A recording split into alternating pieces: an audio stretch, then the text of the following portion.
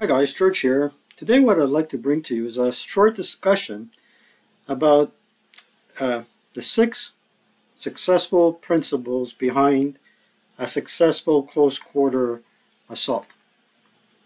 But before I go any further, it's official. I did change tea. I'm having here Twinings, the Earl Grey tea, London, not Canada, but I did find it in Canada. Typically, I have red rose. Only in Canada, you say. Pity, yeah. But just a little change of pace. And actually, there is an address here in London, England. Very tasty tea. Anyway, back to the close assault. First, we got to talk about what is a close assault. And as an example, I'm using Into the Rubble 19, the narrow front, which takes place in Germany, Ursula, Germany, 13th October 1944. And it's a hassle. It's a hassle board with a geomorphic board, because when you look at the overlays, they turned a geomorphic board into a huge mess of rubble, debris, wooden debris. You name it, you got it. And it's not the type of scenario where you can have reasonable distance between your opponents, and you can kind of gauge the line of sight whether you have it or not, and then the battle ensues from there. No, no, no. So in this respect, it's a close assault because the scenario starts with only a 1 hex distance between the two opponents, and in order to fire on the opponent from a distance, it's rare to impossible, and the objective of the scenario kind of forces you to always be on the move, always be forced to fight to your opponent, and if you don't do so, you'll lose. And in this case, you see the American OB, they have a great amount of firepower. However, their objective is to capture building A, B, and C, and if they don't, they lose. And the greatest asset that the Germans have really is just their concealment and hip. They have a Panther's hip and whatnot. So that's what I mean by close quarters, a close quarter assault. And there are 6 rules, in my opinion, that you have to take into account. Otherwise, you will lose this type of scenario. So let's go through them in no particular order, but I'll recap them at the end of the video. Plus, on the end of the video, I would like to make a little commentary on the previous video that I did, which was setting up a scenario startup file in Vassal for Tavernet's Bridge. Okay, another zip. Despite that my hair is well groomed today and well clean, I'm going to put on my thinking cap for an immersive experience, okay? Alright, so the first principle I would suggest is use your best troops first. And your best troops in this case are the 747s and the 667s because they have the higher morale. What is good about the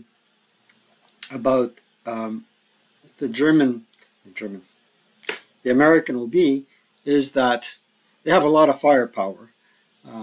However, the majority of the troops have a 6 morale, and that is kind of funky, to say the least. And in addition to that, I would highly recommend some form of deployment. But in any case, using the principle of best units first, I would tend to take best units and divide my OB into at least three three companies or so, and have these negative morale leaders or best order leaders to lead the attack. So that would be actually my third suggestion or third principle is that your best order leaders lead the attack and your ordinary leaders stay behind to rally the troops that break. All right, so with that said, this is a setup that I created against a live opponent. So far it's going pretty well. We're nearing the end of the scenario and I'm keeping the forces, the American forces, somewhat at bay, but there is always an opportunity to win the last minute, especially if I leave one of the victory objectives unguarded. Done that, been there, done that. So let's follow through with what I've said so far and see what we can do.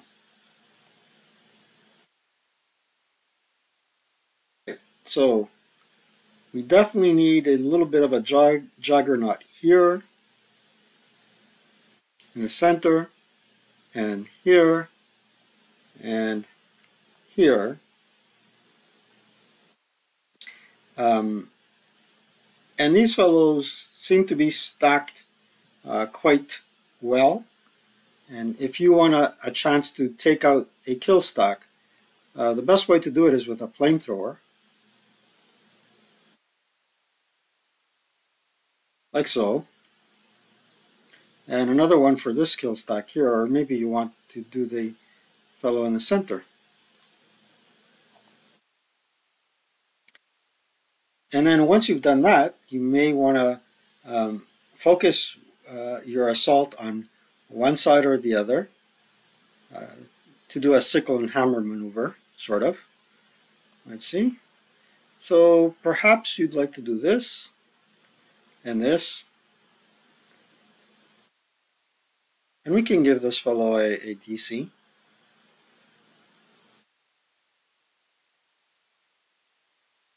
Since they're not doing anything else, DC there.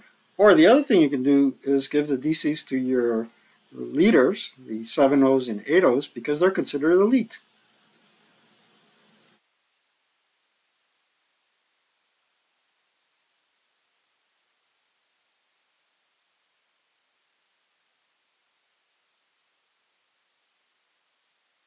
Now, I do have 3 DCs here. The other thing I could have done was to split up the 667, make them into 2 half squads, and have something to the effect of this. If I were to split the 667 into 2 half squads, just like this, half squad, clone. Now I can, with the deployment, I have the opportunity to use a DC in 2 different locations and free up one of this squad to make some smoke. All right, who's leading the attack? We have this fellow in the center, this fellow on one flank. Although they can't influence a flamethrower attack, they can boost the morale of the attackers, just like so.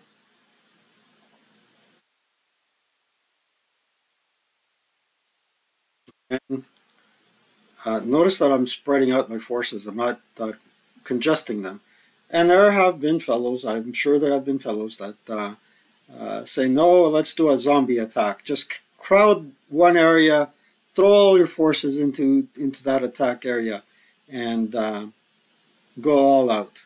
And that's something really that I find problematic, because it's all fine and dandy, but then if you find yourself surrounded and troops in your rear that will not permit you to route, then you'll see how quickly your attack can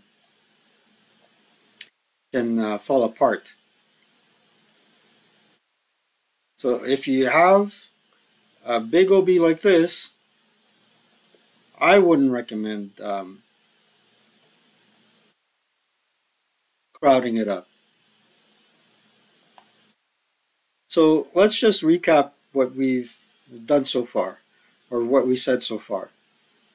We defined what a close quarter assault is, and typically it is an attack that begins in close quarters within one hex of the enemy at the start of the scenario. There might be reinforcements coming in at a later time, and it involves the attacker capturing certain victory objectives away from the initial position. Having said that, what my first suggestion was is to use your best order troops first. 2, smoke as your friend. And 3, the best modifier leaders will be leading the attack. As opposed to these guys, you can have a little bit of a reserve in the rear, because lo and behold, what may be facing you is an attack with an HMG, as you see here.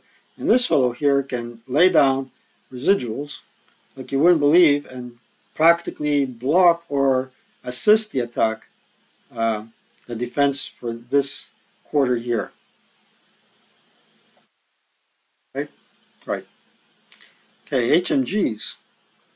Put them in a position where they can influence or draw a perimeter against reinforcements. So this fellow here, for example, he can advance into this hex right there and then prevent any troops from or reinforcements from coming into this area. This fellow here can also prevent these troops from running away and then trying to reinforce the objective. Put another machine gun or MMG down in this direction, and now you'll have fire going down this way and down that way, this way. So let's draw that, and so you can visualize it better, okay? So we'll have green for American and blue for German. Let's do that. So what I was saying before is this HMG, once they move here, they can swing around and prevent the enemy from reaching that objective and reinforcing this area. The MMG can do so, and also same holds true for this HMG. They can prevent the Germans from reinforcing this area. At the same token, let's go switch over to the Germans using blue. Here you go. This HMG is can lay down a fire lane that can prevent the Americans from trying to cross the road. And here there is an AT weapon, light anti-tank weapon that can bolster the defense of the flank from tanks rushing in. That's pretty much it. But with respect to the principles that I said before, these units would not be firing while they're on the attack. Their first, let's see if I can clear the screen. Okay, and now these units here would not be firing in the first turn unless they've been marked with op fire in this case. Okay, there might be some instances where you may want to opportunity fire, but in this case, what I would be doing is trying to roll for smoke. So I just changed my screen so you can see the rolls. So for instance here, we have a best order elite squad with a 3 smoke exponent. Let's stock a couple of 667s as well.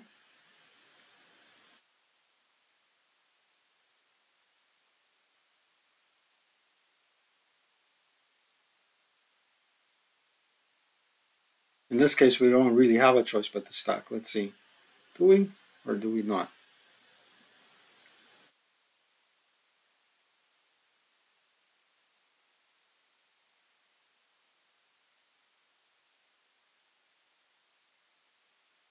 There you go. Just for the sake of an example. Right, so what am I suggesting here? What I'm suggesting is smoke is your friend. So the 747, in the initial turn where they can move, right, he's not going to fire that flamethrower. He's going to save it for his defensive fire phase. He's going to use his smoke exponent to get smoke into that hex during his movement phase. I will need a 1 to 3. I got the smoke. Throw in the smoke. Boom. And he technically moved by expending 2 movement points, so I can mark him as moved. Throw smoke in there. Next thing you know, mark the wrong unit as moved.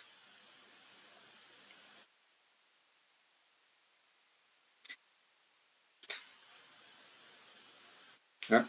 Next thing you know, everybody else starts assault moving. Blink. Now let's see if this fellow wants to open up, go into close combat, or let the 667 take a shot in the advancing fire phase.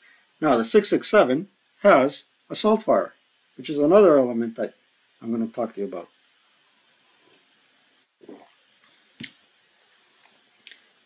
Okay, so down to here, we still have an opportunity to fire smoke. And perhaps this hex.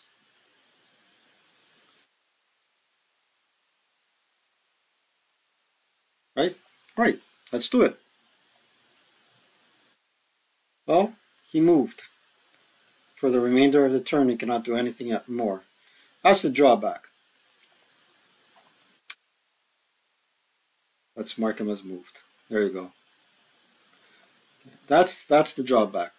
However, with this 747, we did successfully deploy smoke. We said assault move. He's there. What are his choices? Let's say he attacks. On the bottom, he removes his concealment. And technically, this fellow here could have, if he had concealment, assault move there into the smoke with his concealment. Alright, so what we've got now is the 548 will decide to attack. And we have an 8 up 2. Because technically speaking, he has assault moved into a smoke hex. There's a +2 modifier there. You only expended 2 movement points to go in there. So the first attack will be 8 up 2. That's a good one. 5 + 2 is 7, which is a 1 check. Breaks any wires, with my luck. And then he can final fire.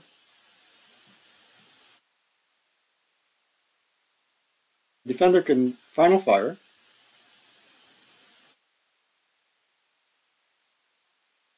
Or up 2.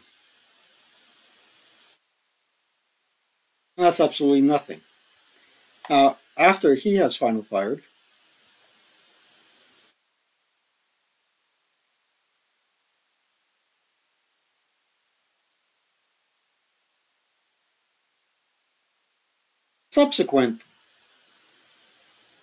the subsequent squad can assault move in there at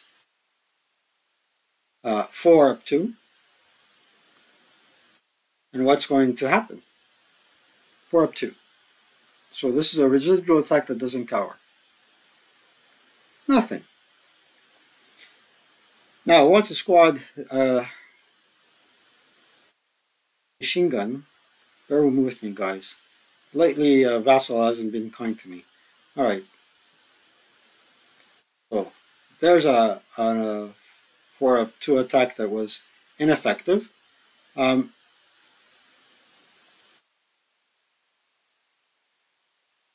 me a second just to put that. That's the other drawback with a close assault scenario, is managing the counters can be a little bit cumbersome. All right, now this fellow here has final fired. I did not fire the 447 above, but notice he's a second line squad, so I'm not too scared of it.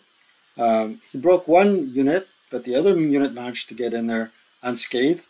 And then if the 667 goes into combat with the 548 and manages to ambush him, they'll have a 1-to-1 attack -1, and the opponent will have a 1-to-2 +1. So basically, the other principle that I wanted to talk to you about and to mention was smoke is your friend.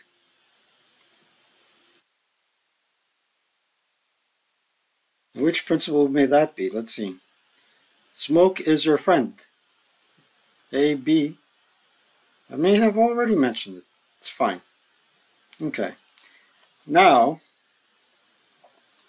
let's say the scenario has changed, and so far you've been successful and you've managed to draw your enemy back. Let's put everything back. Okay. And you breach the German defenses. So what's the other thing you should not forget about? Let me rearrange this. I'm not sure why Vassal is giving me a hard time today.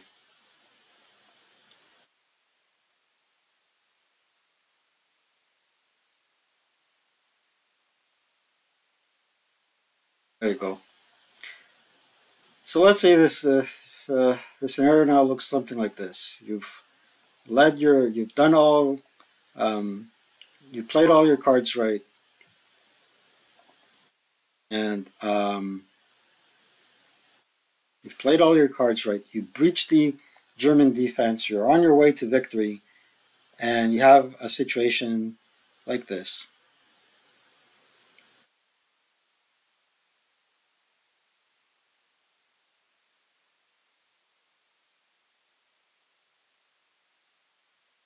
Almost there, guys. Bear with me.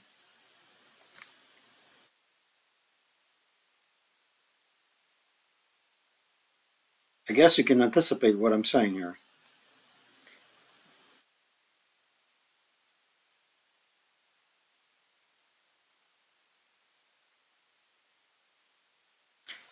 You get the picture, the crux of it. So basically what I'm alluding to is search and destroy. So basically, when you have situations where you're playing a scenario that involves HIP, I just rearranged the stack here on my own time, not to waste yours. So basically here, the opponent believes that they are on the road to success. They've breached the German defense and they're on their way to capture their objective. But they're forgetting one thing that's really important in this game is you may have a HIP unit in the upper levels. And that is when the ASL rules for search and destroy and guarding come into play. So I'm talking about Alpha 12.152. If you have a situation where your opponent is allowed HIP, then do a search, make sure you've cleared the building before you advance. And there's always room for second line squads to play an important role, and that role being is that once you've captured an objective, put them and leave them behind as guards. So you won't have a situation where something like this, you've captured this building, you routed your opponent, and this fellow here rallies, and then if this building is not being guarded, all they do is march back in, and you just lost the scenario. Kaboom. There you go. Deploy if you may. And the last one is, don't forget that assault fire is your friend. So what does assault fire do? Let's remove all residuals and all moves and all prep or def. Clean up the board.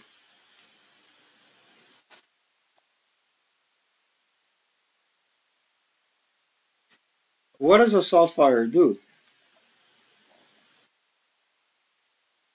This guy's under game.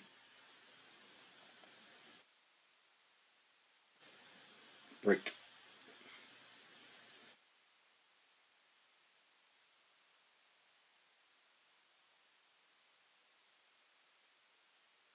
Well, in this case, it doesn't make a difference really, because let's put it this way. These guys are now adjacent. So ordinarily, they would be firing with assault fire in the advancing fire phase. The firepower is doubled and halved normally, fractions rounded up. So in this case, each squad has 6 firepower, doubled and halved, and then we add 2.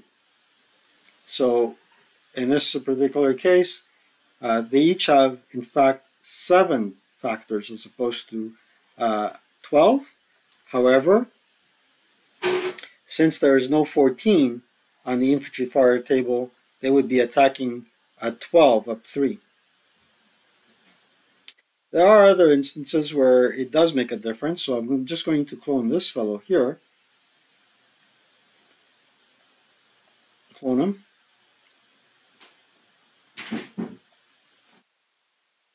And let's see if it does make a difference or not. He also has, this unit also has assault fire.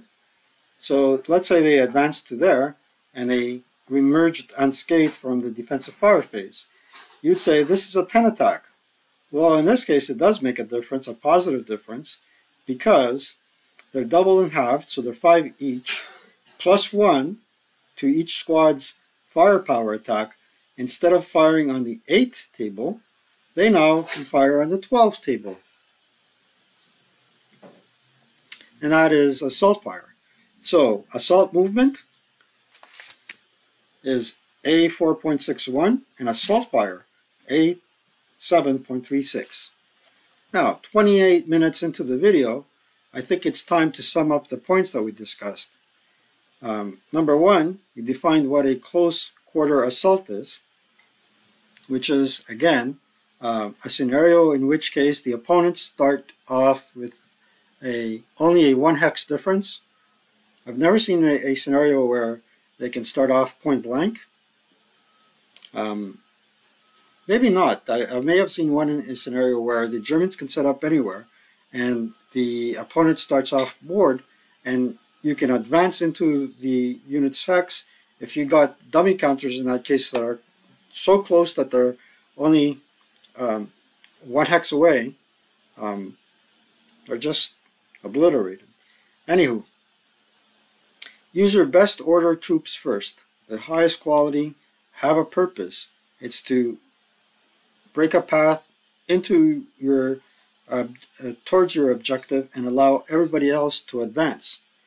Smoke is your friend, as you noticed there. You end up getting a +2 protective modifier instead of a -2 or a -1 detriment.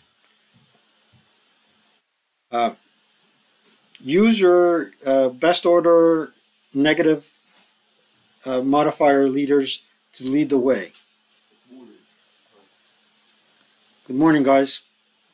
Those were the boys, they just woke up. Early bird catches the worm. Don't forget to search and destroy. Remember this example? Your opponent would not be able to see it, but since I am playing the opponent and the attacker, I can see there's a hip unit there. Okay. Deploy if you may. That's another principle. And the last one is, don't forget that assault movement and assault fire are your friends. Not prep fire or and in some cases, opportunity fire doesn't make any sense either, especially if you have assault fire.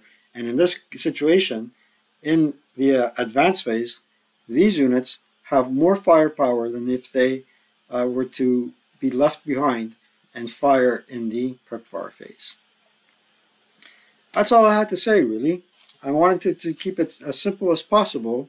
And by the way, these guys are not sponsors of this video, Twinings, but they do make a great team. I get no money or monetary consideration for making these videos. It's a good thing. I'm independent. And I did say that I was going to talk to you about the previous scenario.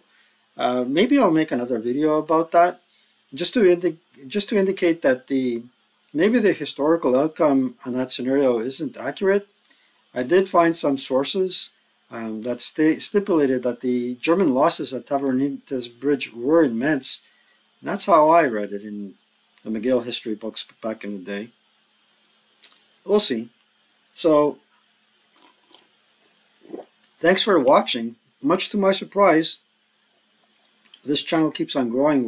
We were at 879, hovering at 879 last week, and we're above 880 this week. It's greatly appreciated that you guys are really putting out the word out there and enjoying the videos that I'm putting out there. It's very encouraging. Thank you so much. And what I plan to do in the near future is probably a stop image of a starter kit scenario. And the other thing I wanted to do is probably play Tavernita's Bridge solo. Although there are gliders in play, it makes it even more fun. Whatever involves some form of cloaking or an element of some randomness in the setup is excellent for solo play. And in case you haven't seen my video about my tenets of how to play solo in Squad Leader, because we all know Sasso is a different game, I made a video about that. Look it up. And that's about it. Thank you for watching this video. I hope you enjoyed it. Keep playing, enjoying life. Take care, guys. Have a great weekend and week ahead.